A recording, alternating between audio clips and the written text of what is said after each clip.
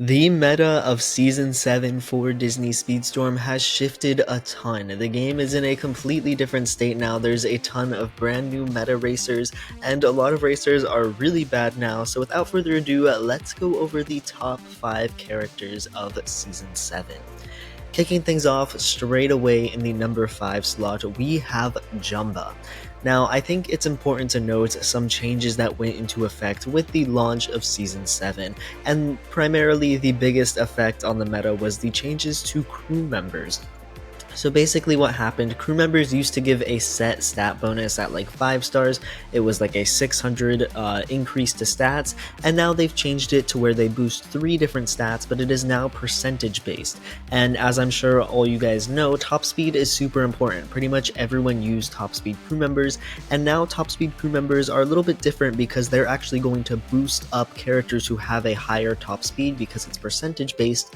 So that means people who already had previously really high top speeds are going to be extra good, and people who had lower top speeds are going to be extra bad now. Like, the meta is super divided. High, heavy top speed characters are super good, and anyone who doesn't have a good top speed is super bad now, basically. And that's why Jumbo mainly finds him in the finds his way into the number 5 slot. He has the 5th highest top speed in the game, which is a huge advantage in the meta. On top of that, he is a defender with cloak. Everyone knows cloak defenders are super strong. It's by far the best class and ability combination in the game. He can stay immune for almost the entire match, not really having to worry about getting stunned.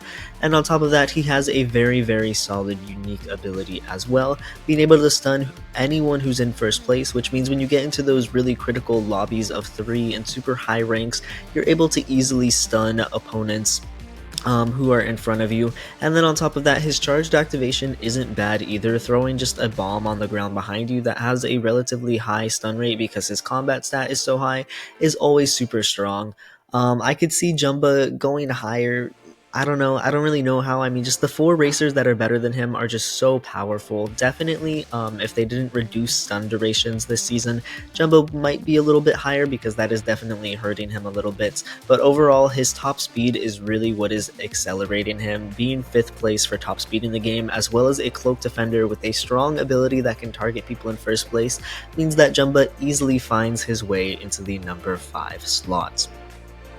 Moving up to number 4, we have Buzz Lightyear. I think the first time since Buzz's debut where he is not in the top 3 racers in the game. Now, Buzz's top speed is 8th place out of every single character in the game, which again is a massive advantage. Being anywhere near the top 10 for top speed is going to be super strong. But as we all know, Buzz's biggest strength is his charged rocket.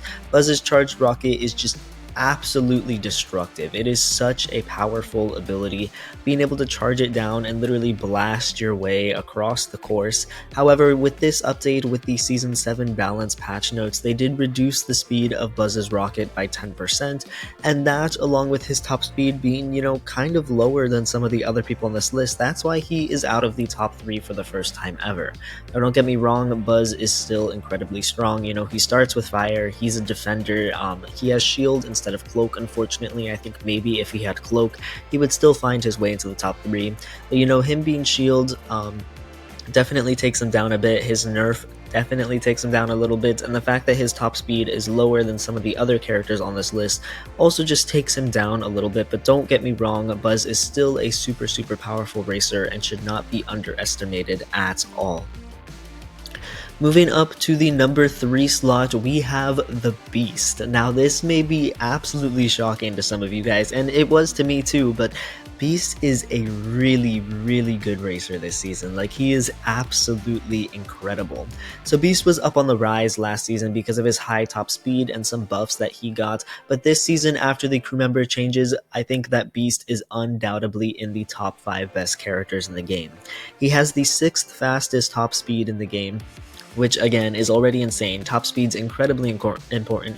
His boost stats really high, his combat stats really high, and even though acceleration and handling are his weak points, they aren't like super low to the point where he's unusable like he used to be.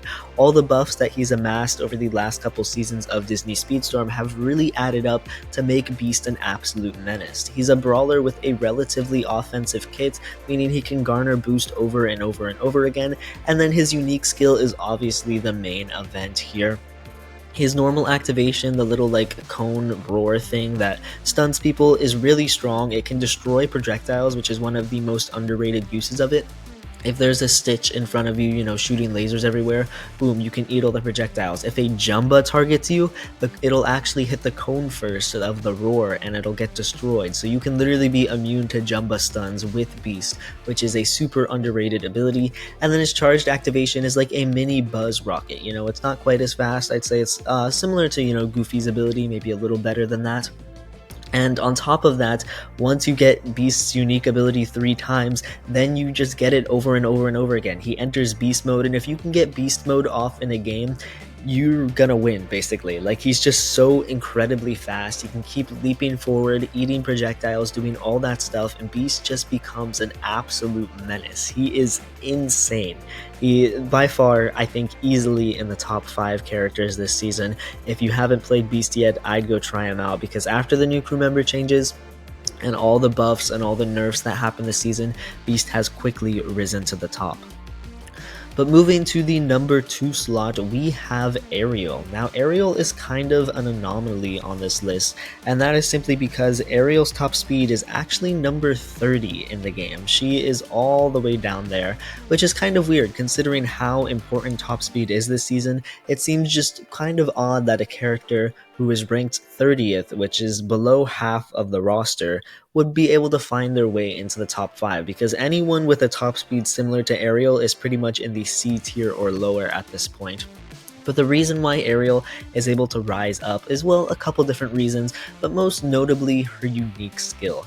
Her unique skill, Relic Hunter, where she spawns all the relics on the map, is so unbelievably strong. The best strategy with Ariel isn't even centered around her charged ability, because the way Ariel is, I think, designed to be played is you use her normal activation, you can collect your relics, and then you use your charged activation as soon as you get her unique skill again. But that is actually not really the best way to play Ariel, in my opinion. The strategy a lot of top players use, and the strategy I like more, is to use your normal activation as many times as you need until you get all 4 relics, and then you just kind of sit on them for majority of the game until you get to the second half of the last lap, and then you use your charged activation. And this is because for every single relic that you have acquired with Ariel, her top speed actually increases. So even though Ariel's top speed is below half of the roster, she's able to greatly increase her top speed by collecting all of these relics and just sitting on them for the entire game, and then she goes at crazy speeds where she's literally as fast as some of the fastest characters in the game, like Beast and Jumba and Buzz and other characters that are just really super strong in meta right now. Ariel can definitely keep up with them when she collects all of her relics. And then her charged activation can easily be used in the last lap at some point in order to make an insane comeback. Like, Ariel almost always starts off the race in last place, up in super high competitive multiplayer ranks. But then after she collects all the relics, she slowly starts to catch up, and then oftentimes she comes and she swoops in and steals first place by using her charged activation. The only reason why I don't think Ariel is the best character in the game is because, 1, the character that's better than her is just absolutely insane, and 2, she can be a little inconsistent at times. If you don't pull her unique skill enough, she's not going to be great. And if you play her on a shorter track where you don't have enough time to collect all your relics or use her normal and charged activation, she's not going to be as good because you're just not getting full potential with her. But on a longer track, Ariel is going to absolutely dominate. And on top of that, she's a cloak defender. I've already talked in this video about it, but cloak defenders are just absolutely insane. Being able to stay immune for majority of the race is incredible. It's by far the best class and common skill combination, which just makes Ariel even better than she already was. Now, before we get into our number 1 racer, I do want to give out some honorable mentions. First things first, to Elsa. Elsa is a very, very powerful character with a high top speed and is just strong. There's no other way to put it. You know, she can freeze people in front of her, she can throw walls behind her, she's a defender, unfortunately with shield and not cloak. Her top speed's solid, and I want to give the same thing to Kristoff. Elsa and Kristoff have pretty much identical stat pools and very similar stun-focused abilities. I do think Elsa has the upper edge over Kristoff, but they're very similar in placements, both just incredibly strong defenders, and are just missing a little oomph, a little like top speed, I think is really what's holding them back. Not that their top speed is bad by any means, their top speed is honestly pretty great, but it's just not enough in my opinion to excel them up into the top 5. Another honorable mention I want to give out is to Genie. Genie actually has the 7th highest top speed in the game, which is incredible, and he's insane. He's a cloak defender, he can cycle abilities. Genie's just really powerful. I just don't think he's quite as effective to be put on this list. In my opinion, he is the 6th best character in the game, and so he definitely deserves an honorable mention. Another honorable mention I want to give out is Jasmine. In my opinion, Jasmine is the 7th best character in the game right now, and she is very powerful. I just think her top speed is a little too low to be in the top 5 anymore, especially after her nerfs, considering she can't stay immune the entire game, but there's definitely an argument for both Jasmine and Genie to be placed in the top 5 racers in the game. Shang, Anna, and Bo Peep are other just little honorable mentions I want to give out. I don't think they're top 5 material. I don't think there's really an argument that they're top 5, but they are all absolutely insane and still dominant in this meta, even though they aren't quite at the top of, like, you know, the top speed characters, which is super important right now. They're still very strong and just great characters in the game. But finally, our number 1 racer, the best character in Disney Speedstorm right now, I think without a doubt is Hans. Pretty much everyone I've asked has unanimously agreed that Hans is the best character in Disney Speedstorm right now, and the main reason for that, he's number 1 ranked in top speed. Right now the meta is so incredibly top speed dependent, as I have, you know, driven over and over again in this video. You need top speed to be effective, and well, Hans has top speed. He has way more top speed than any other character.